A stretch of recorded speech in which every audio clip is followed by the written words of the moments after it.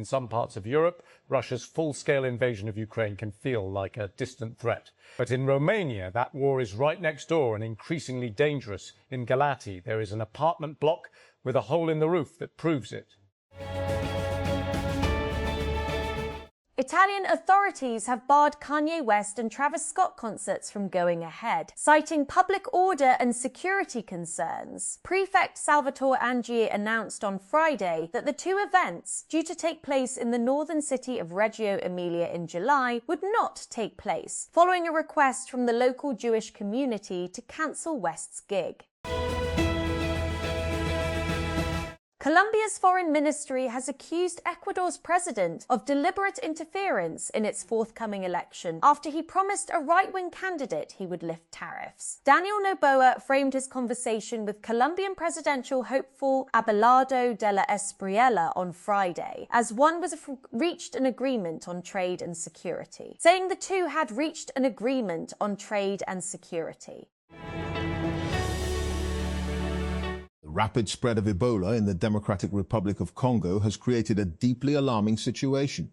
The medical charity Médecins Sans Frontières, MSF, has warned. Speaking 2 weeks on from the outbreak being declared, MSF Deputy Director Dr. Alan Gonzalez said never before had so many cases been recorded so soon.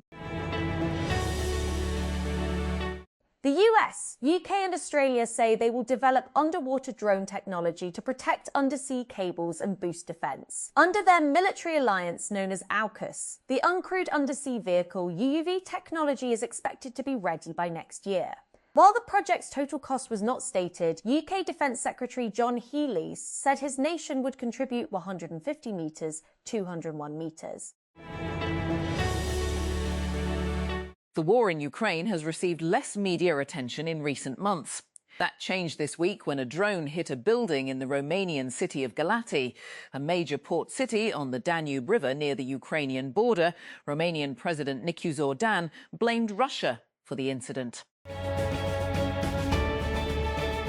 Paris Saint-Germain held their nerve in a cagey Champions League final to retain the title by beating Arsenal 4-3 on penalties as Saturday's nail-biting showdown ended 1-1 after extra time, cementing the French side's status among Europe's modern greats. Arsenal defender Gabriel blasted his spot kick over Matvei Safonov's crossbar at the Puskás Arena in Budapest. His miss confirming PSE as the first club to retain the trophy since Real Madrid completed their 3-year reign from 2016 to 2018. Provision in a bill before the United States Congress could tie the American and Israeli militaries far more closely together, deepening their cooperation on weapons research, production and technology. The proposal, titled the United States-Israel Defense Technology Cooperation Initiative, appears as Section 224 of the House Armed Services Committee's version of the fiscal year 2027 National Defense Authorization Act, NDAA, the annual U.S. defense policy bill. Meta is developing an AI-powered pendant that it plans to start testing in the next year, according to a memo viewed by The Information. This device would presumably build on the work of Limitless, an AI device startup that Meta acquired at the end of 2025. The startup made an AI pendant that users could attach to their shirt or wear as a necklace. To record coercion would allow it to... At the time, Meta said the acquisition would allow it to accelerate our work to build AI-enabled wearables. The golden age of Microsoft's GitHub Copilot appears to be at an end, for the little guy at least. The company is switching its billing system from a flat subscription rate to a token-sage system that has the potential to bill users at a significantly higher rate. Bigger enterprises may still have the juice for it, but smaller companies and workers could find themselves wondering how they're supposed to balance the monthly budget. The changes, which will take place June 1, mean that users will charge based on how many tokens they burn through as they work instead of a low flat rate based on requests. A group of 20 Snap alumni has come together to launch a fund called Ghost Angels to back the next generation of social media. The fund declined to disclose how much it has raised so far, but says it has backed at least 5 companies and plans to deploy the remaining capital within the next year into at least 15 companies. Max Rivera, who once led global partnerships at Snap, started the fund in 2025 to formalize the already growing Snap alumni angel investing community. Though Rivera runs the fund, there are around 20 other founder members and investors, including a small number of those still at Snap, alongside alumni like Alexandra Levitt, who ran Snap's corporate accelerator, and Will Wu, who was a founding member of Snap's product and design team. The YouTube to Prestige horror pipeline is looking very strong this weekend. Taking the #1 spot at the box office is Backrooms, a feature film expansion of Kane Parsons' series of YouTube videos featuring eerie found footage of a mysterious office space, drawn from a 4chan thread that defies physics. SoftBank Group announced today that it plans to spend up to 75 billion euros, around $87 billion, to expand data center capacity in France. The goal, the firm said, is to develop and operate up to 5 gigawatts of additional data center capacity. The first phase of the plan involves building data centers in Dunkirk, Loonplage, Bosquel and Bouchain to deliver 3.1 gigawatts of capacity to the Hauts-de-France region by 2031.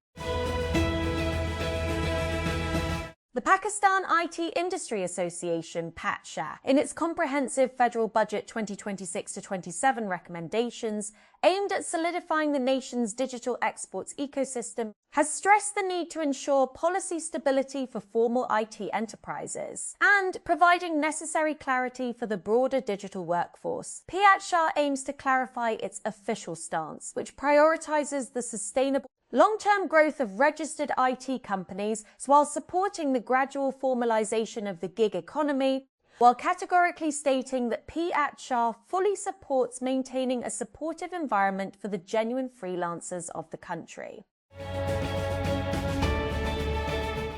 The European Union's EU High Representative for Foreign Affairs and Security Policy Kaja Kallas will visit Pakistan on June 1, Monday, to take part in the 8th EU-Pakistan Strategic Dialogue with Deputy Prime Minister and Foreign Minister Ishaq Dar, the EU announced on Saturday. According to the statement issued by the bloc, Kallas, also the European Commission's Vice President, will also hold meetings with President Asif Ali Zardari, Prime Minister Shehbaz Sharif and Chief of Defence Forces and Chief of the Army Staff Field Marshal Azim Munir. Pakistan outspun Australia by 5 wickets in the first one-day international in Rawalpindi, with spinner Arafat Minners becoming the first home bowler to take 5 wickets on ODI debut on Saturday. Minners finished with 5-32 as an under-strength Australia were bowled out for 244.1 overs before Pakistan chased down the target in 42.3 overs for a memorable win in their 1,000th ODI. Paris Saint-Germain claimed back-to-back Champions League triumphs with a 4-3 shootout win over Arsenal following a 1-1 draw after extra time in Budapest, with Eberechi Eze and Gabriel missing from the spot. Mikel Arteta's Premier League champions showed great resilience to take the game beyond 120 minutes, but fell to a second final defeat 20 years after their first in Paris against Barcelona. After a long and complex operation inside a flooded cave in a remote area of central Laos, on Saturday, the men at the centre of the mission did something few expected. They walked out. It wasn't what the international rescue operation had planned for. Israel's military has advanced beyond the Litani River in southern Lebanon for the first time since 2006 and appear poised to encircle the major city of Nabatea. Senior Lebanese military sources on Saturday told the Turkish state news agency Anadolu that Israeli forces had crossed the Litani River, which Israel has declared the perimeter of its unofficial buffer zone. At least 18 people, including women and children, were killed when a cargo truck carrying recently returned Afghan refugees from Pakistan overturned on a major highway in eastern Afghanistan Authorities said. Taliban government spokesperson Zabihullah Mujahid said the crash took place in the Karghai district of Lagman province on Saturday. Rescuers have pulled 4 more men from a flooded cave in central Laos, bringing to 5 the number freed from a group of villagers who became trapped while searching for gold. 2 others remain missing. The 4 were brought out on Saturday, a day after the first man was rescued, ending a period of about 10 days during which the group was cut off underground. Sri Lanka's Buddhist hierarchy has suspended a prominent senior monk accused of sexually abusing a child in the religiously conservative nation's highest profile case involving a local clergyman. In rare disciplinary action, 71-year-old Palagama Hemarathana was stripped of his responsibilities on Saturday as the chief custodian of a highly venerated ficus plant grown from a sapling of a tree believed to have sheltered the book. Although TikTok is widely described as a social media giant, it's been gradually moving beyond that category. Over time, the video app added TikTok Shop, a map for local discovery, robust search, games, and so much more. Now, it has recently added hotel booking capabilities and is pursuing a fintech license. It appears that TikTok is taking steps to evolve into what's called a super app, a single platform where users can do much more than just watch and share videos and actually handle a wide range of needs in one destination.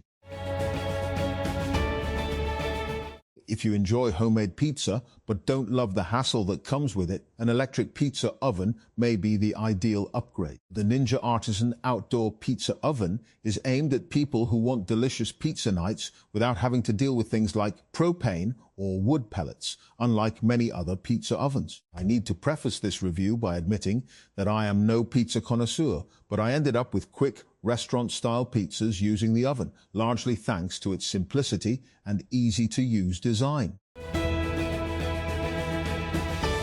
Google Chrome and Apple Safari currently dominate the web browser market, with Chrome holding a significant share due to the tech giant's ongoing innovations, particularly in integrating generative AI into its search functionalities. However, users seeking alternatives will find a variety of browsers aiming to challenge these industry giants. This week at TechCrunch's Strictly VC event in Athens, part of the Panathenaea Festival taking place in the city. I sat down with Nico Bonatzos of Verdict Capital, Andreas Stavropoulos of Threshold Ventures, and Ben Bloom of Atomico to ask about the current state of venture investing, the wave of mega IPOs that SpaceX is about to kick off, and where they still see an ocean of opportunity. Our conversation following has been edited for length and clarity. You can check out the full discussion at page bottom, with SpaceX reportedly eyeing a $1.75 trillion valuation at IPO, and OpenAI and Anthropic potentially not far behind. What will the impacts be on the broader market? Gemini Spark is Google's new 24/7 agentic assistant, designed to help you navigate your digital life, which essentially means getting your online to-dos done, summarizing the things you don't have time to read, like the entirety of your inbox, or organizing something that would have otherwise involved too much screen time-filled manual labor, like a personal expenses spreadsheet. The service was first introduced at Google's annual developer conference in May, where CEO Sundar Pichai joked that Spark, which runs on virtual machines in the cloud, means that yes, you can close your laptop. The in-joke here is that he's comparing Spark to other agentic AI systems, like the ever-popular OpenClaw, which require keeping the machine awake to run its tasks. Great Wall Motors GWM is expected to launch the Canon Alpha plug-in hybrid pickup truck in Pakistan in June 2026, according to Arif Habib Limited's AHL upcoming automobile launch tracker. The Canon Alpha is among several electrified vehicles expected to enter the Pakistani market this year, as automakers continue expanding their hybrid and electric vehicle lineups.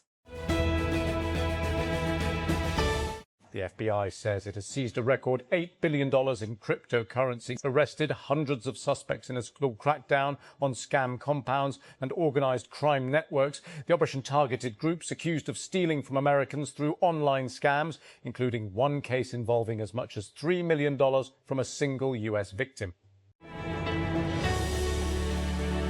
Vivo has announced its first over-ear noise-cancelling headphones in China. The product is simply called the Vivo Over-Ear Noise-Cancelling Headphones.